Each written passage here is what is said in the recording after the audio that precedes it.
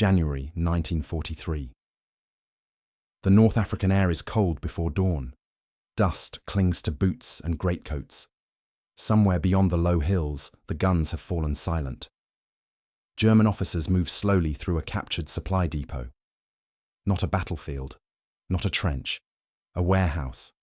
Rows of crates stretch into the shadows, stacked with geometric precision. Stenciled markings repeat again and again. English words. American unit numbers. Dates stamped only weeks old. They pry open lids. Inside, tinned meat, medical kits, winter clothing, brand new boots, still wrapped, spare parts packed in oil-soaked paper, trucks parked outside, fuel drums untouched, engines never started. This is not the debris of a retreat. This is abundance. An officer runs his hand across a crate and pauses, calculating. Not tactically, logistically. Each box represents a factory shift. Each ration, a rail line. Each truck, a steel mill that never heard the sound of artillery. Around them lie nearly 30,000 tons of American supplies, enough to feed divisions, enough to fuel armies, enough to suggest something far more dangerous than enemy troops. In this quiet depot, the war briefly stops being about men and weapons and becomes about production. And that realization will follow them long after they leave this place. By the time American-marked crates began appearing in German-held territory, the war had already reshaped the world. In Europe, the conflict that began in September 1939 had hardened into a struggle of endurance.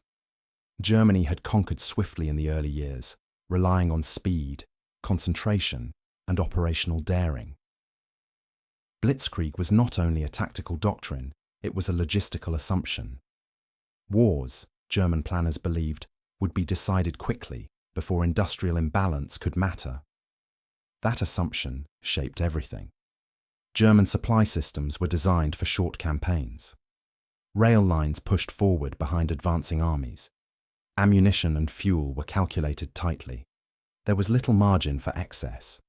Efficiency was prized. Redundancy was not. Across the Atlantic, the situation was different. The United States was not yet a battlefield power in 1939, but it was already an industrial one. Even before formal entry into the war, American factories were expanding, modernizing, and converting. Assembly lines that once produced automobiles and refrigerators began turning out trucks, aircraft engines, radios, and artillery components. At first, these products flowed outward, to Britain, to the Soviet Union, to any nation still resisting Axis expansion. This was not charity, it was strategy. American planners understood geography. Oceans provided distance, but only time would turn that distance into power. German intelligence noticed the shift early. Reports filtered back describing American production statistics that seemed implausible. Numbers that did not match European experience. Tens of thousands of vehicles per month, millions of tons of shipping, capacity under construction, entire cities of factories working in synchronized cycles. But reports on paper were abstract. They could be debated, questioned, dismissed as exaggeration. On the battlefield, reality arrived more slowly. Until late 1942, German forces had rarely encountered American equipment directly. Most fighting remained concentrated against British and Soviet forces. When American material appeared, it was often mixed in, trucks among British units, aircraft engines within Allied fleets. There was no single moment of confrontation. That changed in North Africa. When Allied forces landed on the southern shore of the Mediterranean, they did not arrive lightly equipped. They came with depots planned months in advance. Supply nodes established not just for days of fighting, but for sustained operations across deserts and mountains. Fuel was stockpiled in quantities unfamiliar to German quartermasters. Food was packed for redundancy, not survival margins. Medical supplies exceeded immediate casualty estimates. Spare parts were provided not only for repair, but for replacement. This was not accidental. American doctrine assumed friction, delays, losses, waste. It planned for them. German doctrine did not. As battles shifted back and forth across Tunisia and later into southern Europe, supply depots became prizes. Sometimes they were abandoned in haste, sometimes overrun in counterattacks, sometimes simply captured intact when the front collapsed faster than expected. And when German officers walked into these depots, they encountered something profoundly unsettling. Crates were standardized, labeling was uniform, packing lists were precise. Everything had a place, and everything existed in multiples. This was not improvisation. It was system. For officers trained in a military culture that prized operational brilliance over industrial depth, the implications were difficult to ignore. Tactical victories could seize ground. They could capture supplies, but they could not interrupt the flow that created them. What lay before these officers was not merely equipment. It was a visible cross-section of an economy mobilized for war, one that had not yet been fully tested. And as more depots fell into German hands, a pattern began to emerge that no ideology could fully explain away, because this material did not look temporary. It looked inexhaustible. And that realization would deepen as German forces captured even more, on an even greater scale. By late 1942, the war had entered a new phase, one defined less by surprise and more by capacity. American entry into the conflict after December 1941 transformed the strategic equation almost immediately. Unlike the European powers, the United States had not exhausted itself in earlier campaigns. Its cities were untouched, its railways intact, its workforce intact, and growing. Millions were mobilized not only into uniform, but into factories, shipyards, and depots. The result was not just an increase in production, it was a transformation of scale. American planners did not measure supply in weeks, they measured it in years. Entire logistical systems were built in advance of combat operations. Before divisions landed, depots were already planned. Before offensives began, replacement stock was already en route. This philosophy was embedded in doctrine. U.S. Army logistics manuals emphasized continuity over efficiency. Loss was assumed. Capture was anticipated. Supplies were duplicated, dispersed, and layered. If one depot fell, another would take its place. This stood in sharp contrast to German practice. German logistics remained constrained by geography and resource scarcity. Fuel shortages were chronic. Rail gauges changed across occupied Europe, forcing transfers. Horses still hauled artillery in many formations. Every ton of supply required careful prioritization. American logistics did not prioritize scarcity. They prioritized flow. This difference became most visible in the Mediterranean theater. In North Africa and later Italy, supply lines stretched over water, desert, and damaged infrastructure. Yet the volume continued to increase. Food was not rationed at the front, it was standardized.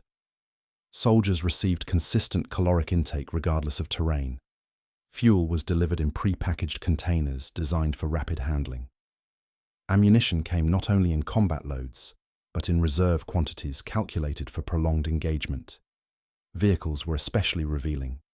American trucks appeared in vast numbers, new, identical, easily maintained. Spare parts were not scavenged, they were issued. If a vehicle failed beyond repair, it was replaced, not cannibalized. German officers accustomed to keeping equipment running through improvisation found this approach wasteful. Until they counted the numbers. Captured depots contained rows of trucks still wrapped in protective coatings, engines preserved, tires unused, manuals included. Some depots held more vehicles than entire German divisions possessed. And these were not isolated finds. As the campaign progressed, German after-action reports began noting the same features repeatedly: the consistency of American packing methods, the redundancy of supply categories, the sheer mass of material committed to forward areas. Crucially, much of it had arrived before it was needed. This was preemptive logistics, supply designed to arrive ahead of demand. It reduced operational pauses. It absorbed losses without immediate consequence. It turned time into an Allied advantage. German intelligence officers compiled inventories. Tonnage figures were calculated. One captured complex alone was estimated at nearly 30,000 tons of material: food, fuel, ammunition, vehicles, engineering equipment, medical stock. 30,000 tons represented months of German production. For the Americans, it was a fraction of monthly output. The deeper German officers examined these supplies, the clearer the pattern became. This was not emergency mobilization. It was sustained, planned, repeatable production. Factories thousands of kilometers away were synchronized with frontline consumption. Shipping schedules replaced guesswork. Industrial capacity was treated as a weapon system in its own right. And perhaps most troubling of all, this was still early. The full weight of American industry had not yet been brought to bear. Production curves were still rising. Shipyards were expanding. Training pipelines were accelerating. What German officers saw in those captured depots was not the peak of American power. It was the baseline. And from that realization emerged a series of reactions, personal, institutional, and strategic, that revealed far more than any propaganda assessment ever could. Because once the numbers were written down and the crates counted, the war began to look very different. Not unwinnable yet, but no longer finite. Those realizations would crystallize most clearly when German officers began analyzing the captured supplies from different perspectives: human, tactical, and psychological. The first reactions did not come from generals or propaganda officials. They came from logisticians. German quartermasters were trained to think in weight, distance, and time. They understood shortages instinctively. Fuel was never abstract. Ammunition was never theoretical. Every ton had to be justified. Every crate had a cost. So when these officers walked through captured American depots, they did not see symbols. They saw math. They counted how many men could be fed from a single warehouse, how many vehicles could be fueled for how long, how many replacement engines sat idle while German units cannibalized wrecks at the front. Some officers expressed disbelief, others irritation, a few admiration, quickly masked. These men were not politicians. They were professionals confronting a problem that did not fit doctrine. What disturbed them most was not luxury, it was normality. The supplies were not extravagant. They were practical, functional, designed for scale. Boots were identical, rations standardized, medical kits complete, nothing bespoke, nothing rare. This meant the system could be repeated endlessly. One officer noted in his report that American supply seemed designed as if loss were expected. Another remarked that depots were built with the assumption of capture. These were not insults. They were observations. To German eyes, it meant the enemy could afford to lose and continue. That realization weighed heavily on men who had been taught that war rewarded precision and economy. On the tactical level, captured American supplies offered immediate benefits. German units used Allied fuel, ate Allied rations, and drove captured trucks when possible. In the short term, it eased pressure. But tacticians quickly recognized the deeper implication. Abundant supply changed how the enemy fought. American units could sustain momentum. They did not pause for resupply in the same way. They attacked knowing replacements were coming. They accepted losses that German commanders could not. This altered battlefield rhythm. German counterattacks increasingly ran into well-stocked positions. Ammunition expenditure rates that would have been unsustainable for German units were routine for American formations. Captured stockpiles revealed why. The enemy did not fight to conserve, they fought to advance. Once German officers understood this, it changed how they interpreted American behavior. What had looked like wastefulness now appeared intentional. What had seemed careless was calculated. Abundance removed hesitation. The most unsettling angle was industrial. Every crate carried a story. A factory shift, a rail schedule, a shipping manifest, a port unloaded on time, a truck driven inland without interruption. German officers understood industry. Germany was industrialized, but it was fragmented by bombing, by resource limits, by competing demands. American industry, as revealed through these supplies, was centralized, synchronized, and insulated from the front. The captured material bore consistent markings. Production dates were recent. There was no sense of emergency substitution. Materials were uniform. Quality was consistent. This was peacetime efficiency applied to wartime scale. One officer later reflected that it was the first time the war felt larger than Europe, because nothing in those crates had been rushed, nothing felt improvised. They had been made calmly, far away, without fear. That calm was perhaps the most frightening aspect of all.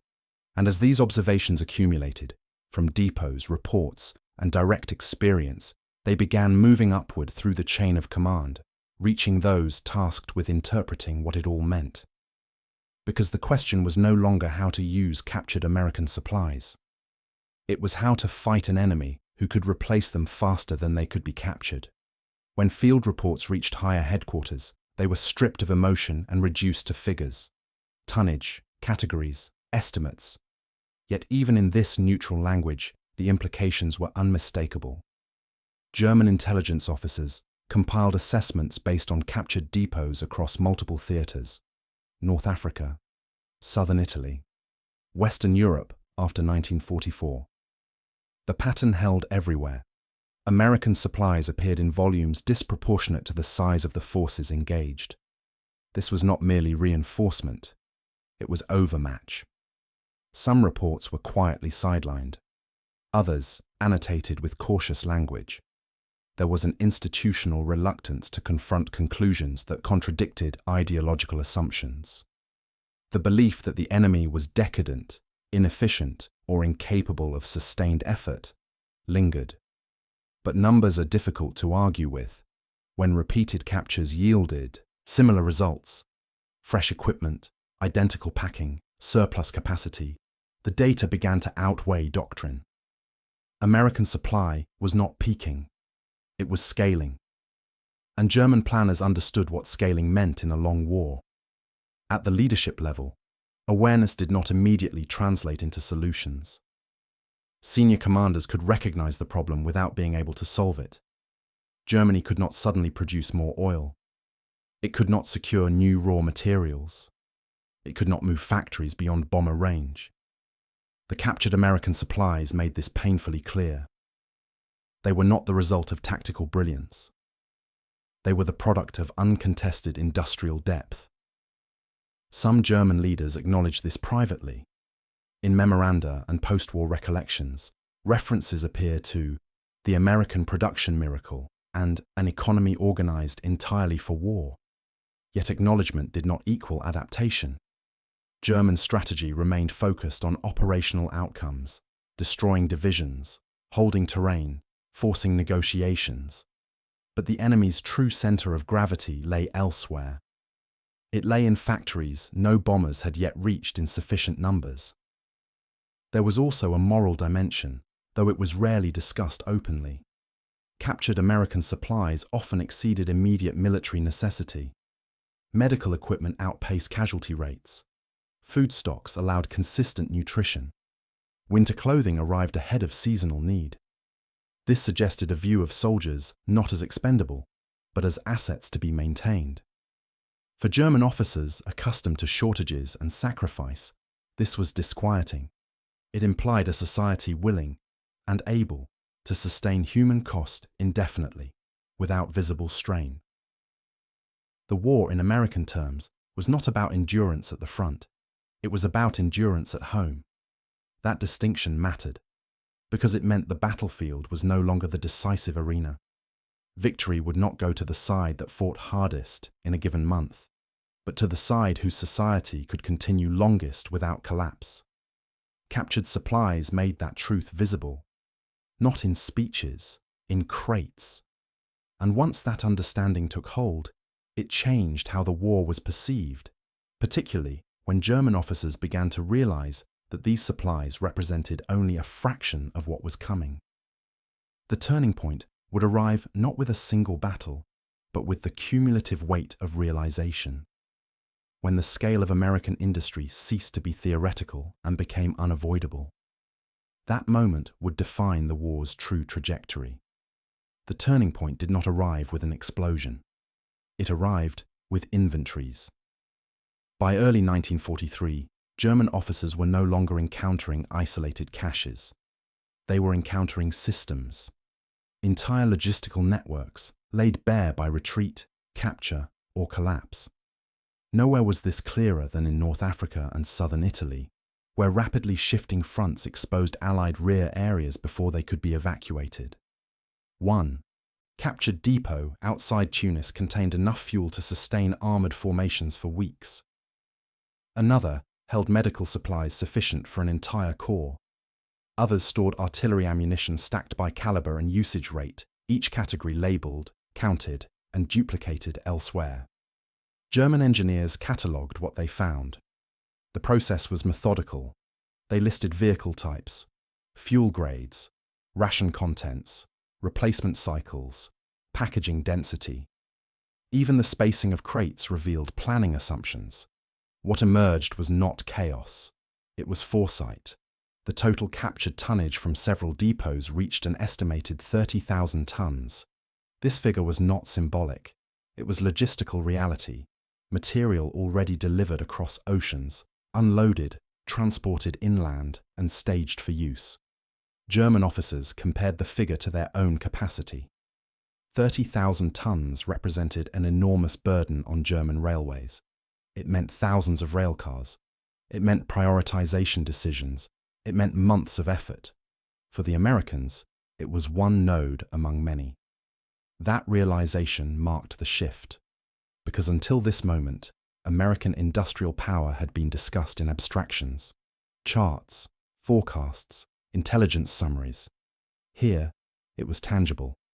It could be walked through, touched, counted, and it could not be destroyed retroactively. Somewhere during these inspections, the tone of German reporting changed. Early assessments had focused on tactical value, how to use captured trucks, how long fuel might last, whether ammunition was compatible. Later reports began asking different questions. How many such depots exist? How fast can they be replenished? What happens when this scale is applied across multiple fronts? These were not academic questions. They cut to the heart of Germany's strategic dilemma. The war had expanded beyond maneuver and firepower. It had become a contest of throughput. German planners now understood that even successful offensives would face replacement at a rate they could not match. Destroyed American vehicles would be replaced before spare parts arrived for German ones. Lost American units would reappear fully equipped, while German formations shrank. The captured supplies made one fact unavoidable. The enemy's strength was not concentrated at the front. It was distributed across an entire continent. This was not the moment Germany lost the war militarily. Battles would continue. Victories would still be claimed. Front lines would still move. But this was the moment the war became unwinnable in principle. Once German officers understood the scale of American production, strategy narrowed. There was no decisive blow that could cripple it quickly. No single campaign could sever it. No occupation could reach it. The United States could lose equipment faster than Germany could destroy it, and continue fighting without pause. Captured American supplies were not merely resources, they were evidence. Evidence. That time favored the enemy. Evidence that destruction at the front no longer guaranteed strategic effect. And once that truth settled in, it altered how German commanders interpreted every subsequent engagement. Victories felt smaller. Losses felt permanent. The war had crossed an invisible threshold, from contest to inevitability. But inevitability still had to play out. Because recognition did not end resistance, it hardened it. And as the war intensified, the consequences of this realization would echo through every campaign that followed.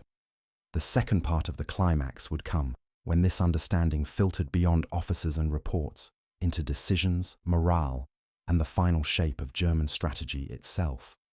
Once the implications of captured American supplies were understood, they could not be unseen. From mid-1943 onward, German operational planning began to carry an unspoken assumption: material losses would not slow the enemy. This altered expectations at every level. Counterattacks were no longer judged by how much equipment they destroyed, but by how much time they bought. Time became the only remaining currency. German commanders noted that American units returned to the line with startling speed. Vehicles destroyed in one engagement reappeared days later. Artillery positions silenced by fire were re-established without delay. Supply interruptions caused inconvenience, not paralysis. Captured depots explained why. They revealed a depth that made attrition asymmetric. Every destroyed American truck represented a negligible percentage of total output. Every German loss represented an irreplaceable fraction of shrinking reserves. This imbalance shaped decisions in Italy, in France, and eventually on German soil. Earlier in the war, German strategy had relied on decisive outcomes: encirclements, breakthroughs, operational collapse. The belief was that shock could compensate for material disparity. Captured American supplies eroded that belief. If the enemy could replace losses without slowing operations, then shock lost its power. Encirclement became temporary. Destruction became delay. German commanders began planning defensively, even during offensives. Retreat lines were prepared earlier. Equipment was conserved more aggressively. Risk tolerance decreased. Not because of fear, but because of arithmetic. The war had become a problem of diminishing returns. Among officers, the realization had a corrosive effect on morale, not in panic, but in quiet resignation. There was no single announcement, no order stating that victory was impossible, but conversations changed. Reports became more cautious, predictions shorter. The captured American supplies had demonstrated something ideology could not deny. The enemy was not strained, he was accelerating. And unlike Germany, the United States was not fighting for survival. It was fighting at distance, with safety, and with time on its side. That distinction mattered, because it meant the enemy could afford patience. German commanders could not. Attempts to disrupt American production through submarine warfare, bombing retaliation or sabotage now appeared insufficient. Even optimistic projections showed only marginal impact. Captured supplies reinforced this conclusion. They were too plentiful, too standardized, too widely distributed. The war would not be decided by cutting supply. It would be decided by whose supply collapsed first, and only one side showed signs of strain. By the time Allied forces landed in Western Europe in 1944, German officers no longer underestimated American logistics. They feared it. They knew that behind every advancing unit lay layers of depots, ports, rail lines, and factories extending across an ocean. The crates captured months earlier had told them so. This was the turning point, not of battle, but of understanding. When the war's outcome ceased to be uncertain and became a matter of duration, what followed was not surrender, but consequence. The aftermath of this realization would define the final years of the war, shaping strategy, resistance, and collapse. After recognition came adaptation, but only within narrowing limits. German strategy in the latter half of the war increasingly reflected an understanding that material superiority now lay irrevocably with the enemy. Operations were planned to delay rather than defeat. Terrain was held not for victory, but for time. Time to reorganize. Time to negotiate. Time, perhaps, for some shift in circumstance that never came. Captured American supplies had stripped away illusions. No counteroffensive could permanently dislocate Allied logistics. Even when depots were destroyed or overrun, replacements appeared. Ports were repaired rapidly. Rail lines rebuilt. Roads resurfaced. The system absorbed damage without collapse. This forced German planners into defensive elasticity. Strategic withdrawals were framed as operational necessities rather than failures. Units were instructed to conserve equipment, even at the cost of ground. The psychological tone of German command changed. Reports spoke of material superiority with resignation rather than challenge. Losses were recorded carefully because each loss mattered more than before. The asymmetry was complete. On the Allied side, supply dominance translated directly into operational freedom. American units could sustain offensive pressure across multiple axes simultaneously. When resistance stiffened, they reinforced rather than paused. When setbacks occurred, they recovered without strategic disruption. The captured supplies that once astonished German officers were now part of a larger pattern visible on every front. From Normandy to the Rhine, Allied forces advanced behind rolling stockpiles. Ammunition dumps followed closely behind front lines. Fuel pipelines were extended across continents. Entire armies moved with the confidence that shortages would not decide their fate. This confidence was not arrogance. It was calculation. American industry ensured that failure at the tactical level did not cascade into strategic paralysis. In contrast, German resources deteriorated rapidly. Fuel shortages became chronic. Training cycles were shortened. Replacement equipment arrived incomplete or late. Captured American supplies were used where possible, but they were temporary relief, not solutions. The irony was bitter. The very material that demonstrated American strength also briefly sustained German units. American fuel powered German vehicles. American rations fed German soldiers. American trucks moved German artillery. But this only underscored the imbalance. Germany could use what it captured. The United States could replace what it lost. By late 1944, even internal German assessments conceded the decisive role of enemy production. There was no longer debate about capability, only about endurance. The war had become a race against collapse. Captured American supplies had been the first undeniable proof that this race was unequal. They transformed abstract intelligence into concrete reality. And once that reality took hold, it shaped every subsequent decision, until there were no decisions left to make. The second phase of the aftermath would unfold not during the fighting itself, but in how the war was later understood, explained, and remembered.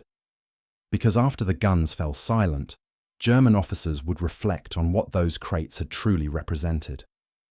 When the fighting finally ended, the meaning of those captured supplies became clearer still. In the immediate post-war years, German officers, now prisoners, witnesses, or historians, began writing. Memoirs, studies, interrogation reports. Many sought to explain defeat through leadership failures, strategic misjudgments, or missed opportunities. But beneath those explanations ran a quieter acknowledgement. The war had been lost in factories long before it was lost on battlefields. Again and again, references appeared to American production, to shipping, to the impossibility of keeping pace. The tone was not accusatory. It was analytical, almost clinical. Some officers recalled the moment they first walked through captured American depots. They described the same details: the orderliness, the scale, the sense that nothing there had been rushed or improvised. It was not the equipment itself that stood out, but the confidence behind it. The confidence that more would come. German military thought had long emphasized operational art, maneuver, initiative, decisive battle. These concepts had delivered early success. But the captured American supplies exposed their limitation in a global industrial war. Operational brilliance could not compensate indefinitely for material inferiority. Post-war analysis increasingly framed the conflict as a war of systems. One system was optimized for speed and precision, the other for volume and resilience. The second proved decisive. Captured American supplies had offered a glimpse into that system before its full weight was felt. They showed how deeply logistics had been integrated into strategy, how industry, transport, and battlefield consumption were synchronized. It was a form of warfare Germany had not fully prepared to fight. The consequences extended beyond Germany. World militaries studied the conflict closely. Logistics was no longer treated as a supporting function. It became central. Industrial capacity became strategic doctrine. Future wars would be planned not just around weapons, but around production curves. The crates that once lined captured depots became symbols in military education, examples of how supply could determine outcome more reliably than tactics alone. They represented a shift in how wars were understood. For the soldiers who encountered those supplies firsthand, the memory lingered, not as resentment, as recognition. They had glimpsed an enemy whose strength lay not in individual superiority, but in collective capacity, a society able to mobilize without visible strain, a war effort buffered by distance and abundance. The war's end confirmed what those crates had already suggested. The outcome had not hinged on a single battle. It had hinged on the ability to sustain war longer than the opponent could endure. And in that contest, the result had been decided quietly, long before surrender was signed. What remained was to reflect on what that meant, not just for one war, but for the nature of modern conflict itself. The crates were never meant to be seen by the enemy. They were designed to be opened by tired hands at the front, to feed soldiers who had marched too far, to fuel engines that would move again at dawn, to replace what war inevitably destroyed. But when German officers stood among them, counting, measuring, calculating, they revealed something far larger than their contents. They revealed a new kind of power, not the power of surprise, not the power of maneuver, but the power of continuity. Those 30,000 tons of captured American supplies were not exceptional. They were representative, a snapshot of a system that could absorb loss without shock, destruction without collapse. A system that treated war not as a gamble, but as a process. In earlier conflicts, battles had decided wars.